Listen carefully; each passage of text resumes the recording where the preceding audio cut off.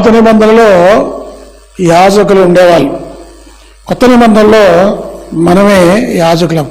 ప్రతి విశ్వాసి కూడా, రక్షణ పొందిన ప్రతి విశ్వాసి మరి ఆ వ్యక్తి అదే 2వ అధ్యాయం 9వ వచనం, యేసుప్రభు వారు మళ్ళీ 4 అంతలుగా, ఒకటి ఏర్పరచబడిన వంశం, రెండవది రాజులైన యాజక సంఘం, మూడవది పరిశుద్ధ జనం, 4 దేవుని సొత్త, 4 అంతల టైటిల్స్ మనకి ఇవ్వబడ్డాయి.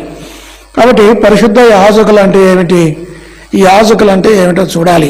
పూర్వ రోజుల్లో దేవుని మందిరంలో ప్రత్యక్ష గుడారంలో యాజకులు యాజకత్వం చేసేవాళ్ళు, బలులు అర్పించేవాళ్ళు. కాబట్టి ఇతరుల కొరకు, ఇశ్రాయేలు యూదా ప్రజల కొరకు వాళ్ళు ప్రార్థనలు, మధ్యవర్తిగా ఉండి ప్రార్థనలు చేసేవాళ్ళు. యాజకులుగా ఏ విధంగా ఉండాలి అంటే, మొట్టమొదటిగా యాజకులుగా ఉండే అర్హత ఎలా ఉంటుందంటే, యాజకుడు కడగబడాలి. ఇప్పుడు చూడండి, ఆ యొక్క ప్రత్యక్ష గుడారంలో బయట ఒక బలిపీఠం, ఒక ఏముంటుంది దాన్ని ఏమంటారు,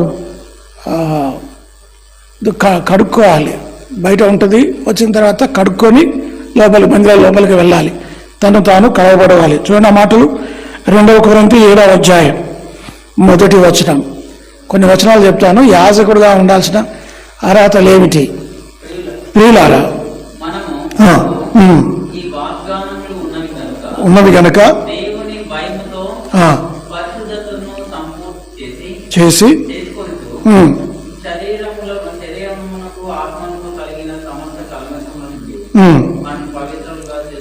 కాబట్టి మనం కడగబడాలి, మనల్ని మనం పవిత్రం చేసుకోవాలి. దేనికి కడగాలి? శరీరానికి కడగాలి, ఆత్మ అంటున్న కల్మషాన్ని కూడా తీసివేయాలి. అర్థమైందండి? కాబట్టి మొట్టమొదటి విషయం ఏంటంటే, ఈ యాజకులైన వారు ప్రీస్ వర్ వాష్డ్, కాబట్టి ఆ విధంగా వాళ్ళు కడగబడతారు. ఇంకొక మాట చూడండి అమ్మా, నిర్గమకాండం 29వ అధ్యాయం 4వ వచనం, ఏ విధంగా కడగబడ్డాడు? 29:4 వచనం నిర్గమకాండం.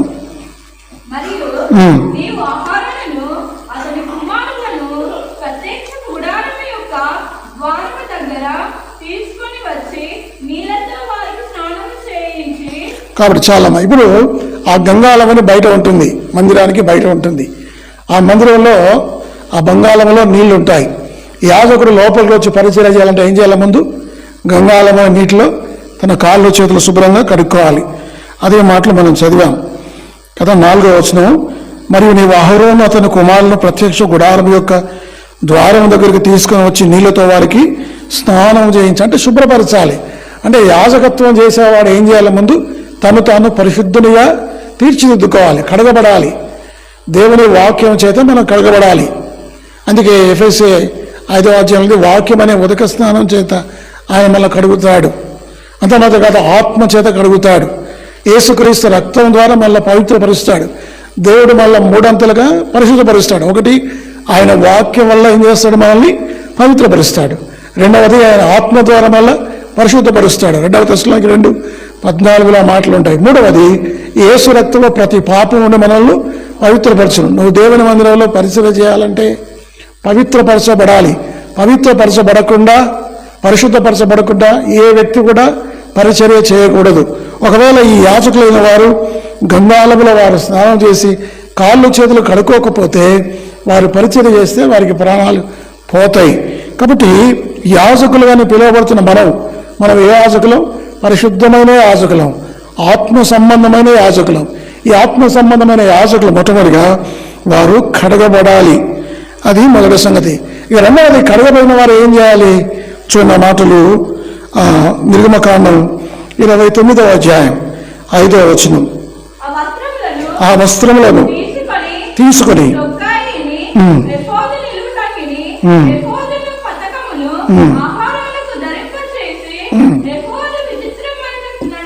చాలు. రెండవది ఏం చేయాలంటే, మొట్టమొదటిగా కడగబడాలి. కడిగిన తర్వాత ఏం చేయాలి? వస్త్రాలు ధరించాలి. అంటే యాజక ధర్మము, యాజక వస్త్రాలు వేరుగా ఉంటాయి. విశ్వాసులైన వారు, పరిశుద్ధులైన మనం ఏ వస్త్రాలు ధరించాలి? బైబిల్లో ఉంది కదా, 61:10 ఉంది, రక్షణ అనే వస్త్రము, నీతి అనే పైబట్ట. కాబట్టి ఇంకా చాలా వస్త్రాలు ఉన్నాయి. తప్పిపోయిన కుమారుడు తిరిగి తండ్రి వద్దకు వచ్చిన ఏ వస్త్రం? ఏ వస్త్రం ఇది? ఇతనికి ప్రశస్తమైన వస్త్రం కదా. ఇంకా ఉల్లాస వస్త్రాలు. కానీ మూడవదిగా విశ్వాసులు ధరించాల్సిన వస్త్రాలు ఏమిటంటే నీతిని మనం ధరించుకోవాలి, రక్షణను మనం ధరించుకోవాలి. కాబట్టి మొట్టమొదటిగా యాజకుడు కడగబడతాడు. మనం కూడా ఏం చేయాలంటే ఆ యాజకులతో మళ్ళీ మనం పోల్చుకుందాం. యాజకుడు కడగబడాలి, మనం కూడా క్రీస్తు రక్తము చేత, క్రీస్తు వాక్యము చేత, క్రీస్తు ఆత్మ చేత మనం కడగబడాలి. కడగబడిన తర్వాత ఏం చేయాలి? స్నానం చేసుకునే వాళ్ళు ఏం చేస్తారు? వస్త్రాలు వేసుకోవాలి. అదేవిధంగా మనం కూడా మరి రక్షణ వస్త్రము, నీతి అనే వస్త్రం వేసుకోవాలి. ఇక మూడవది చూడండి ఆ మాటలు, మూడవది ఇంకేం చేయాలో అక్కడ రాయబడింది. మొదటిదేమో కడగబడాలి, రెండవది వస్త్రాలు ధరించుకోవాలి, నాలుగవది అక్కడే ఉంటుంది పాపాలు క్షమించబడతాయి. చూడండి అదే 29వ అధ్యాయం, 29వ అధ్యాయం, నిగమకాండం 29వ అధ్యాయం. అక్కడ రాయబడిన మాటలు 9వ వచనం. ఆరోనుకును కుమారులకును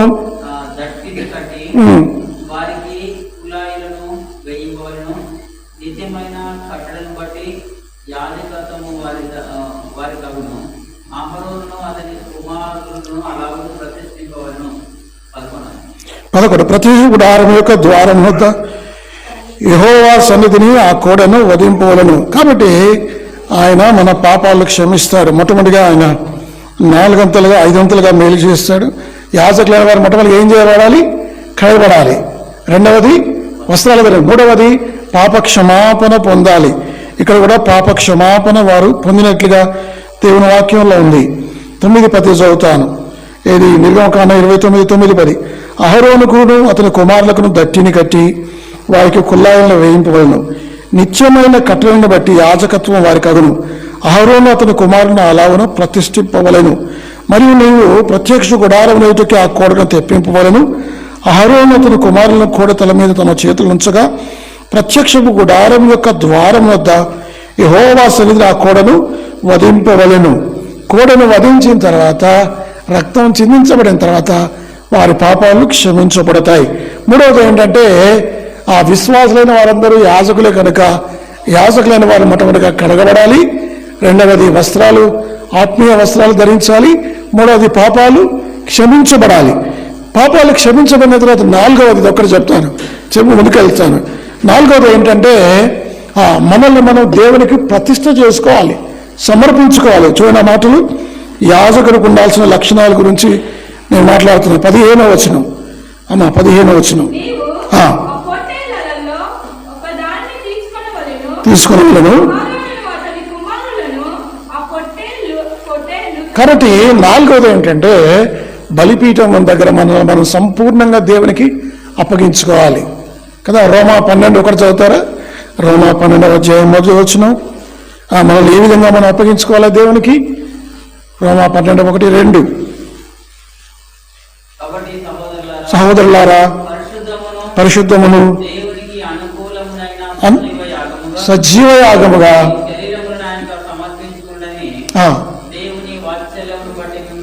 ఇప్పుడు ముందేం చేసామంటే మనం ఈ యాజకుడికి ఉండాల్సిన అర్హతల గురించి మాట్లాడాం. యాజకుడు ఏం చేయాలి? కడగబడాలి, వస్త్రాలు ధరించుకోవాలి. అహరోను కుమారుల ముందు కడగబడతారు, తర్వాత వస్త్రాలు ధరించుకుంటారు, తర్వాత నడికట్టు ధరిస్తారు, తర్వాత తైలం పోస్తారు. ఆ తైలం అనే సంగతి మనం మర్చిపోయాం. ఏం చేయాలి? ముందు మోసే వారిని ఏం చేయాలి? ఒక నూనె ఉంటుంది, ఆ నూనె తెంచి వారి తల మీద పోస్తే ఇలా గడ్డ మీద కారుతుంది. అంటే ఒక వ్యక్తిని అభిషేకం చేయాలి. విశ్వాసం అయిన వాడు అభిషేకం గావించబడాలి. చూడండి ఆ మాటలు. 1 యోహాను 2వ అధ్యాయం, 1 యోహాను 2వ అధ్యాయం 27వ వచనం. 1 యోహాను 2:27. అయితే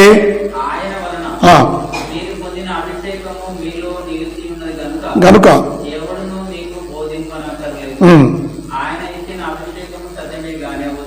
చూసారా?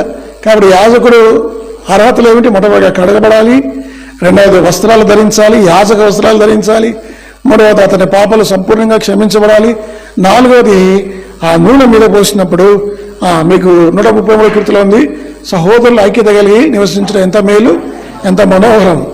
ఇంకా అక్కడ మాట ఉంది, మంచి మాట. ఇట్లా నూనె పోస్తే ఏమైందట? 133వ కీర్తన 2వ వచనం.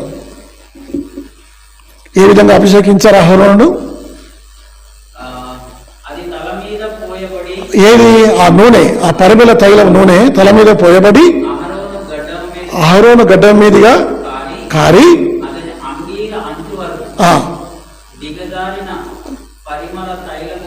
పరిమళ తైలం వలె ఇట్లా కారుతుంది. అంటే అది అభిషేకం ఉంది, కానీ మనం కూడా అభిషేకించబడాలి.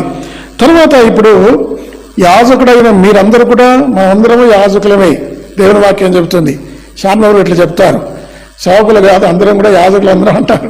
అంటే యాజకుడు అంటే అర్థం ఏంటంటే ఈ లక్షణాలు మనకు ఉండాలి. దేవుని పరిచయం నడిపించాలంటే, పరిశుద్ధంగా జీవించాలంటే ఇప్పుడు నేను చెప్పిన ఈ 4 ఉండాలి. కడగబడుతున్నామా వాక్యం ద్వారా, ఆత్మ ద్వారా, అది కడుక్కోవాలి. యేసు రక్తం ద్వారా కడగబడి. రెండవది ప్రశస్తమైన వస్త్రము, ఉల్లాస వస్త్రం, నీతి అనే బట్ట, రక్షణ వస్త్రం ధరించాలి. అప్పుడు పరిచయం చేసే అర్హత మనకు ఉంటుంది. మూడవది ఏం చేయాలి? మన పాపాలు క్షమించబడాలి. నాలుగవది అభిషేకం, తల మీద వాళ్ళు యాజకులు అభిషేకం పొందినట్లుగా మనం పరిశుద్ధాత్మ అభిషేకం పొందాలి. ఈ అన్ని అయిన తర్వాత యాజకుడు ఏం చేయాలి? అర్పణలు అర్పించాలి. మనం కూడా ఉదయకాలం ఆరాధనలో యేసు ప్రభువు వారి అర్పణలకు చూసాం. ఇప్పుడు మనం అర్పించే అర్పణలు 5 ఉన్నాయి. ఆయన అర్పించే అర్పణలు ఎన్ని?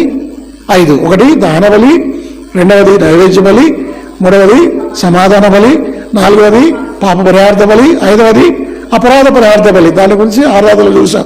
ఇప్పుడు మనం కూడా 5 అర్పణలు అలిగా చెల్లించాలి. యాజకుడు ఏం చేస్తాడు? యాజకుని యొక్క విధి ఏమిటి? అర్పణలు, బలులు అర్పిస్తాడు. నీవు నేను విశ్వాసులం, యాజకులం కనుక పరిశుద్ధ యాజకులం. మనం అర్పించే అర్పణలు ఏమిటంటే మొట్టమొదటిగా మన శరీరాన్ని ఆయనకు అర్పించుకోవాలి. ఇందాక చదివారమ్మా, రోమా 12:1-2. సజీవ యాగముగా ఆయనకు మిమ్మల్ని మీరు సమర్పించుకోండి. అంటే యాగం, అది కూడా యాగమే. యాగమన్నా అర్పణన్నా బలి అన్నా ఒకటే. ఇంగ్లీష్లో ఆఫరింగ్ అంటారు. కాబట్టి మన శరీరాన్ని ఆయనకు అప్పగించుకోవాలి. మన శరీరాన్ని ఎట్లా పడితే అట్లే వాడుకోకూడదు. ఈ శరీరం పరిశుద్ధమైనది. మీ దేహము దేవుని వల్ల మీకు అనుగ్రహింపబడినది కనుక మీ దేహము పరిశుద్ధాత్మకు ఆలయమైనదని మీరు ఎరగరా. మన ఆత్మ కాపాడుకుంటే సరిపోదు, మన హృదయాన్ని కాపాడుకుంటే సరిపోదు. చాలా మంది ఏం చేస్తారంటే దేవుడు తమకిచ్చిన శరీరాన్ని పాడు చేసుకుంటారు, బాగా త్రాగుతారు. వాళ్ళ ఒంట్లో ఉన్న కిడ్నీలు, లివర్ అన్ని పాడైపోతాయి. నోట్లో అవి పుక్కులిస్తారు, వాటిని అవి తింటూ ఉంటారు. వాడి వల్ల నోరు పాడవుతుంది. అంటే దేవుడిచ్చిన దేహాన్ని నువ్వేం చేస్తున్నావు? అపవిత్రం చేసుకోకూడదు. దేవుని వాక్యం చెప్తుంది పరిశుద్ధంగా సజీవ యాగంగా దేవునికి అప్పగించాలి. యేసుప్రభువు వారు ఆయన సజీవ యాగంగా అప్పగించబడ్డాడు. మనం కూడా మన శరీరాలను అప్పగించుకోవాలి. రెండవది మన మనస్సులను కూడా ఆయనకు అప్పగించాలి. మూడవది మన చిత్తాలు ఆయనకు అప్పగించుకోవాలి. కాబట్టి విశ్వాసులైన నీవు నేను దేవునికి ఏమర్పించుకోవాలి? ఏమి బలిగా? యేసుప్రభువు వారు బలిగా అప్పగించుకున్నాడు, నిజమే. రెండవది మనం ఆయనకు బలిగా అప్పగించుకోవాలి. మనం అర్పణ, మన శరీరాన్ని అప్పగించుకోవాలి. అది మొదటి విషయం. ఇక రెండవది ఏంటంటే చూడండి ఆ మాటలు హెబ్రీ పత్రిక 13వ అధ్యాయం, అది చదవండి తమ్ముడు. 15వ వచనం, హెబ్రీ పత్రిక 13వ అధ్యాయం. విశ్వాసులైన వారు అర్పించే అర్పణలు ఏమిటి? కాబట్టి స్తుతియాగము చేయదము. మీరు ఆలోచించారు కదా, అది కూడా ఒక అర్పణమే. విశ్వాసమైన వారు మనం అర్పించాల్సిన అర్పణలు ఏమిటి? బయలు ఏమిటంటే మొట్టమొదటిగా శరీరాన్ని దేవునికి సజీవయాగంగా పరిశుద్ధంగా ఇచ్చివేయాలి, మొదటిది. రెండవది ఏమిటట? స్తుతియాగం. అంటే ఆయన ఆరాధించడం కూడా ఒక అర్పణమే కదా. జీవఫలము స్తుతియాగము. స్తుతియాగం అర్పించువాడు నన్ను మహిమపరచువాడని కీర్తన గ్రంథంలో ఆ మాటలు ఉంటాయి. అంటే దేవుని స్తుతించడం అనేది మన దృష్టిలో అది మాట మాత్రమే, కానీ దేవుడు ఎట్లా చూస్తాడు దాన్ని? ఈ బిడ్డలు విశ్వాసులు దేవుని మందిరానికి చేరి, హెబ్రోను ప్రార్థనా మందిరానికి చేరి వీరు నాకు బలి అర్పించారు, అర్పణం అర్పించారు. ఏ అర్పణ అర్పించారు? స్తుతి అర్పించారు. స్తుతి యాగము అంటారు. అర్థమైందా? అది రెండవది కూడా నువ్వు అప్పగించాలి. దేవుని ఎల్లప్పుడూ స్తుతించే వరంగా, కృతజ్ఞతలు చెల్లించే వరంగా మనం ఉండాలి. ఇక మూడవది ఏంటంటే అదే 13-16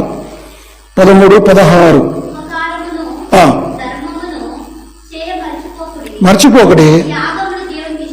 అవి కూడా యాగాలి. ఏం యాగాలట? ఉపకారములు, ధర్మాలు. మీరు మందిరాన్ని తీసుకుని వచ్చే చందాలు, కానుకలు, పేదవాళ్ళకి ఎవరైనా సహాయం చేస్తే అది కూడా దేవుని దృష్టిలో ఒక అర్పణమే.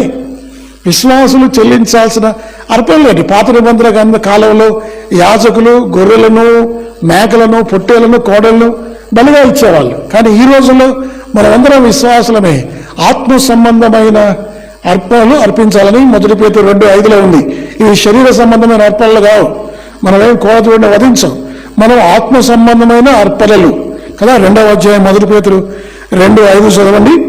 యేసు క్రీస్తు ద్వారా దేవునికి అనుకూలములకు. కాబట్టి ఇప్పుడు మనం ఏమర్పిస్తున్నాం దేవునికి? ఆగడమా ఏమర్పిస్తున్నాం? ఆత్మ సంబంధమైన స్పిరిచువల్ సాక్రిఫైసెస్. అందులో మొట్టమొదటిగా మనం ఏమర్పించాలంటే మన శరీరాన్ని సజీవంగా అర్పించాలి. రెండవది ఏం చెప్పుకున్నావు? రెండవది స్తుతి యాగం. స్తుతి అర్పించాం, అది కూడా ఒక యాగమే, అది కూడా ఒక అర్పణమే. ఇప్పుడైనా సరే నువ్వు దేవుని స్తుతించు, ఆయన ఆరాధించు, ఆయన కృతజ్ఞత చెల్లించు, అది దేవుని దృష్టిలో అది యాగమే. మూడవది ఏమిటంటే ఇతరులకు లేని వారి ఉపకారమును ధర్మమును చేయ మరిచిపోకుడి, అటు యాగము దేవునికి ఇష్టమైనది. అంటే ఉపకారాలు ధర్మం చేయటం, పేదవాళ్ళకి ఇవ్వటం, విధవరాళ్ళకి ఇవ్వటం, ఆపదలో ఇబ్బందులు ఉన్న వారికి ఇవ్వటం కూడా, అది కూడా ఎలాంటిదంటే ఏమిటట? 13వ అధ్యాయం 16 ఉపకారములు ధర్మములు. ఇక 4వది ఫిలిప్పీలకు రాసిన పత్రిక 4వ అధ్యాయం 18వ వచనం దొరికిందమ్మా. 14 ఫిలిప్పీలకు పత్రిక 4వ అధ్యాయం 18వ వచనం. ఫిలిప్పు 4:18 నాకు సమృద్ధిగా కలిగి ఉన్నది, మీరు పంపిన వస్తువులను ఎపఫ్రోదితు వలన పుచ్చుకొని ఏమీ తక్కువ లేక ఉన్నాను. అవి మనోహరమైన సువాసనయు, అవి దేవునికి ప్రీతికరమైన ఇష్టమైన యాగం. ఏవి అంటే కింద ఉంది. ఏవి అంటే చూడండి, మరి వాళ్ళ నుంచి ఆ అప్పలట, ఆ డబ్బులు 15 వచ్చి చదువుతాను. ఫిలిప్పీయులారా, సువార్తను నేను బోధింపని ఆరంభించి మాసిదోనియ నుండి వచ్చినప్పుడు ఇచ్చు విషయంలోనూ పుచ్చుకున్న విషయంలో మీరు తప్ప మరి ఏ సంఘపు వారిని నాతో పాలువారు కాలేదని మీకే తెలియను. కాబట్టి సంఘానికి ఇచ్చే కానుకలు, మందిరానికి ఇచ్చే కానుకలు, దేవుని సేవకులకు ఇచ్చే అర్పణలు ఇవట, అవి దేవుని దృష్టిలో ఎలాంటివి అంటే అవి కూడా ఒక అర్పణమే కదా. అవి మనోహరమైన సువాసనయు, దేవునికి ప్రీతికరమైన ఇష్టమైన యాగముడే. ఉదాహరణకి మీకు 10,000 జీతం ఉంది అనుకోండి, ఉద్యోగంలో మీకు 10,000 జీతం ఉంది. 10,000లో నువ్వు దేవుని మందిరానికి ఎంత ఇవ్వాలి? 1,000 రూపాయలు ఇవ్వాలి. కాబట్టి 1,000 రూపాయలు అవి దేవునివి, నీవు కావు, దాన్ని మనం ముట్టుకోకూడదు. 9,000 మనకు. కాబట్టి ఈ వీటి గురించి ఏమి వాక్యం లేవుందంటే, దేవుడు తన ఐశ్వర్యం చొప్పున క్రీస్తు యేసునందు మహిమలో ప్రతి అవసరము తీర్చునని దేవుని వాక్యంలో ఉంది. కాబట్టి ఫిలిప్పీలకు రాసిన పత్రిక 4వ అధ్యాయం 18వ వచనం దొరికిందమ్మా. 4వ అధ్యాయం 18వ వచనం చదవండమ్మా. ఇప్పుడు నేను మీకు మనం దేవునికి అర్పించాల్సిన అర్పణల గురించి చెప్పాను. చెప్పండి, మొట్టమొదటిగా ఏం అర్పించాలి? శరీరాన్ని సజీవయాగంగా అర్పించాలి. మీరు ప్రార్థన చేయాలి, అది మొదలు. రెండవది ఏమిటంటే ఏమిటి? 13వ అధ్యాయం 15వ వచనం, 13-15వ వచనం. సజీవ స్తుతి యాగం. మొట్టమొదటిగా శరీరం సమర్పించుకోవాలి, రెండవది స్తుతి యాగం, మూడవది ఉపకారము దర్పము. మూడవ అర్పణ ఏమిటి? ఉపకారము ధర్మం. 4వ అర్పణ ఏమిటి చెప్పండి? 4వది ఏమిటి? కానుకలు, చందాలు, దశభాగాలు దేవుని మందిరానికి ఇవ్వాలి. చాలాసార్లు మనం ఏం చేస్తామంటే, మనకు జీతం 10,000 ఉంటే ఆ 10,000 మనం అనుకుంటాం, కాదు, అందులో 9,000 మనవి. ఆ 1,000 రూపాయలు ఎవరిది? దేవునివి. కాబట్టి మీరు రూపాయి కట్టలు వాసన వదిలినట్టు వాసన వస్తుందా? మీరు రూపాయలు ఎప్పుడైనా 10,000 రూపాయలు నోట తీసుకుని వాసన వస్తుందా? అంటే మీ దగ్గర ఉన్న 9,000కి మీకేం వాసన రాదు. కానీ దేవునికి ఇచ్చే 1,000 రూపాయల కట దేవుని దృష్టిలో ఎలాంటివి? అవి మనోహరమైన సువాసనయు, దేవునికి ప్రీతికరమైన ఇష్టమైన యాగమునైనవి. మనం చెల్లించే చందాలు, కానుకలు, దశమభాగాలు ఇవి కూడా ఒక యాగమే, ఇది కూడా ఒక అర్పణమే. ఇది 4వది. ఇది చెప్పుకున్నా. ఇప్పుడు ఒకటి శరీరమనే అర్పణ, బలి కదా. రెండవది స్తుతి యాగము, మూడవది ఉపకారం చేయటం, ధర్మం చేయటం పేదవాళ్ళకి, నాలుగవది ఇదే చదివాం కదా, మీరు అర్పించే కానుకలు దశమభాగాలవి అవి మనోహరమైన సువాసనయు దేవునికి ప్రీతికరమును ఇష్టమైన యాగము. దేవుని మందిరాన్ని తీసుకుని రావాలి, మందిరాన్ని నిర్ణయించాలి, పరిచర్య వెదజల్లాలి. అర్థమైందా? ఇక చివరికి 5వది ఇంకొక మాట మీకు చెప్తాను. రోమాపత్రిక 15వ అధ్యాయం 16వ వచనం, ఇది చెప్పుకొని ముగిద్దాం. రోమా 15వ అధ్యాయం 16వ వచనం దొరికిందా? 15 ఆయనను అన్యజనులు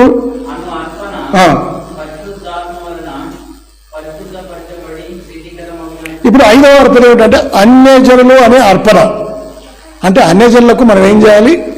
సువార్త ప్రకటించాలి, దేవుని వాక్యాన్ని వాళ్ళకి బోధించాలి, వారికి రక్షణ పాపక్షమణ పొందుతూ చూడాలి, వారిని మందిరాన్ని నడిపించాలి. అన్యజనులు అనే అర్పణాన్ని అర్పించాలి. ఒక వ్యక్తికి సువార్త ప్రకటించి ఆ మందిరాన్ని నడిపిస్తున్నట్టు అర్థమైనది అంటే నువ్వు ఒక అర్పణ అర్పిస్తున్నావు. అన్యజనులు అనే అర్పణను మనం అప్పగించాలి. ఇవన్నీ చేస్తే తప్ప అది మనం నిజమైన యాజకులం. యాజకులు బైబిల్లో ఉంది, మనం రాజులైన యాజక సమూహం, పరిశుద్ధమైన యాజకులం. ఈ పరిశుద్ధమైన యాజకులు ఎలా ఉండాలి? మొట్టమొదటిగా వాళ్ళు కడగబడాలి, దేవుని వాక్యం చేత, ఆయన రక్తం చేత, ఆత్మ చేత కడగబడాలి. అది మొదటిది. రెండవది ఏం చేయాలి? వాళ్ళు వస్త్రాలు ధరించుకోవాలి, నీతి అనే పైబట్ట రక్షణ వస్త్రం ధరించుకోవాలి. మూడవది ఏం చెప్పుకున్నాం మనం? వారి పాపాలు క్షమించబడాలి. నాలుగవది నూనె వారి మీద పోస్తే అభిషేకించబడాలి. పరిశుద్ధాత్మ దేవుని ద్వారా మనం అభిషేకించబడాలి. ఇవన్నీ కలిగిన వ్యక్తి ఏం చేయాలి? ఇప్పుడు చెప్పండి. అర్పణలు, ఆత్మ సంబంధమైన బలులు అర్పణలు ఆయనకు అప్పగించాలి. ఆత్మ సంబంధమైన బలు అంటే ఏమిటి? ఏమైనా మొట్టమొదటిగా శరీరాన్ని సజీవంగా ఆయనకు అప్పగించి సమర్పించుకోవాలి, అది ఒక అర్పణం. రెండవది స్తుతి యాగము, స్తుతి చెల్లించాలి. ఇది మాత్రం మనం బాగా చేస్తాం. హెబ్రోను విశ్వాసులు ఆదివారం దేవుణ్ణి స్తుతిస్తారు, మంచిదే. మరి అదొకటే కాదు, మిగతా 4 కూడా చేయాలి. మన శరీరాన్ని పవిత్రంగా ఉంచుకోవాలి. ఇది దేవుని ఆలయం అని గుర్తెరిగి ఇది ఈ శరీరాన్ని దేవునికి అప్పగించుకోవాలి. అది రెండవది స్తుతి యాగం. మూడవది ఉపకారములు ధర్మములు చేయ మరిచిపోకటి. అటు యాగములు దేవునికి పేదవాళ్ళకి ధర్మం చేయాలి, ఉపకారం చేయాలి. ఎవరికి మనం అపకారం చేయొద్దు, నష్టం చేయొద్దు, కీడు చేయొద్దు. కాదు ఉపకారం ధర్మం అనేది కూడా అది కూడా ఒక యాగమే, అది కూడా ఒక బలి. అది మూడవది. నాలుగవది ఏం చెప్పుకున్నాం? నాలుగవది ఏంటంటే కానుకలు, చందాలు, దశమభాగాలు దేవుని మందిరానికి తీసుకొని రావాలి. అవి మనోహరమైన సువాసనయు దేవునికి ప్రీతికరమైన ఇష్టమైన యాగము.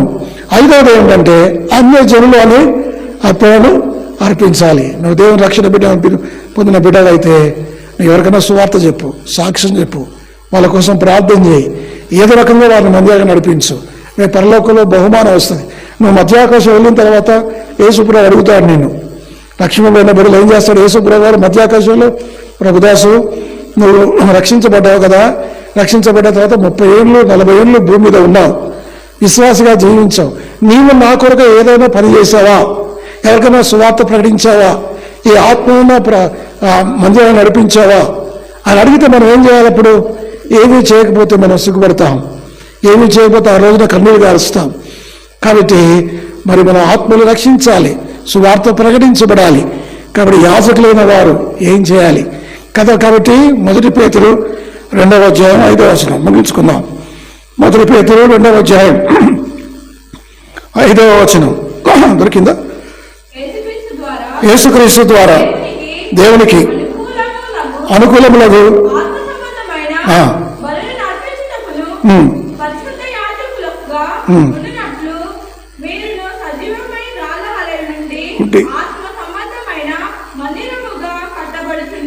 ఇక్కడ చూడమ్మా, ఆత్మ సంబంధమైన మందిరము, సజీవమైన రాళ్ళు, ఆత్మ సంబంధమైన బలులు, పరిశుద్ధ యాజకులు, ఇన్ని విధాలుగా ఉన్నది.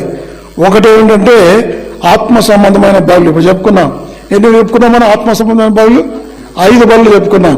ప్రతి విశ్వాసి ఈ 5 అర్పణలు అర్పించడానికి సిద్ధంగా ఉండాలి. అర్థమైందండి? తర్వాత ఇంకొక మాట ఉంది అక్కడ, పరిశుద్ధ యాజకులు. ఎట్లా పరిశుద్ధ యాజకులు అవుతామో మనం చెప్పుకున్నాం. కడగబడాలి, వస్త్రాలు ధరించుకోవాలి, అభిషేకం చేయాలి, పాపాలు క్షమించబడాలి. తర్వాత ఆత్మ సంబంధమైన బలులు 5. ఇవన్నీ చేస్తే దేవుడు మళ్ళీ దీవిస్తాడు. కాబట్టి పరిశుద్ధ యాజకులుగా మనం ఉండాలి, దేవుని సమర్పించుకోవాలి. ఆ విధంగా ఉండటానికి దేవుడు మనకు సహాయం చేయను గాక. ప్రార్థన చేసుకుందాం.